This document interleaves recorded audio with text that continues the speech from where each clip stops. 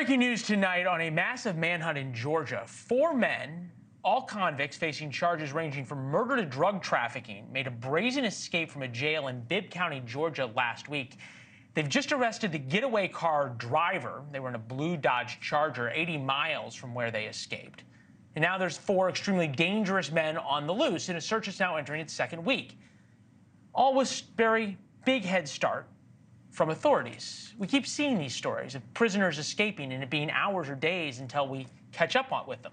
A man facing child rape charges escaped from a Tennessee jail last week by kicking out the back window of a van. This convicted child sex offender escaped from a St. Louis County jail by just walking out of a hospital he was sent to for treatment. There he goes. Bye. 2 inmates in Ray County, Missouri, escaped after repeatedly stabbing a corrections officer, a violent attack that was caught on the jail's surveillance camera. Somehow they got weapons into the jail. A murder suspect in Texas escapes, all caught on tape there. And, of course, the Pennsylvania escapee that set off a weeks-long manhunt where the inmate crab-walked through a ventilator shaft. The brazen escapes raise a big question about just how tightly locked up our prison system really is. Over the past 5 years, there have been 1,100 escapes from law enforcement custody across 26 states. Evidently, the biggest culprit is underserved staffing at America's jails and prisons. In the case of the Georgia escapee, fewer than 10 employees were working in a jail housing 800 inmates. Chris, you've covered a lot of these. I feel like you're going to be covering a lot more. We all will be. Well, here's my sense of it at this point. One, we're more interested in them right now. And it reminds me of a summer many years ago when we became very interested in abductions.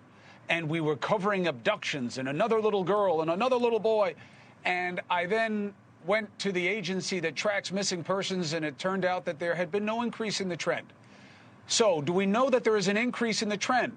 No. Why? Because we don't track it as a trend when it comes to these prison breaks, because we don't monitor our security the way we should. But here's what we know. In every one of the cases, including this one in Georgia that we're looking at right now, you had inadequate staffing, understaffing, and infrastructure that wasn't up to the task. And these are all correctable problems. The question is, what price do you pay? There is a killer on the loose down there. Tonight, we have a guy who he once threatened, used as a getaway driver. And he's going to tell his story of just how dangerous this man is. Hey, it's pretty wild what's going on. The other story that I think is wild that's gone really undercovered is the case of the airline pilot who was jump seating. So he was the 3rd guy in the cockpit on an Alaskan Airlines flight. And he allegedly tried to stop the engines of the plane at 30,000 feet. And now he says he was high on mushrooms. As I understand it, you got 2 people who were on the plane. What are they going to say they went through? Pleaded not guilty. I don't know that I was on mushrooms, so I didn't have the intent to do any damage. It's going to wash very well with any prosecution. But look, people are worried about their safety. This story, at first blush, to be honest, was a concern and went wild because people were thinking maybe it's a terrorist. Maybe it's someone who's sympathetic to Hamas. That does not seem to be what it is in any way. But it does touch on something that matters to me, which is how as a society do we deal with people who are not well? And I think this is going to be another example of that, of somebody who is untreated, treats themselves, and winds up being a danger to all of us. And when are we going to start doing better?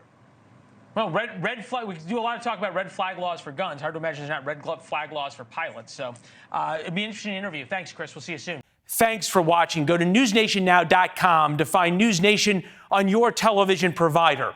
And don't forget to subscribe. Click the red button to get more of NewsNation's fact-driven, unbiased coverage.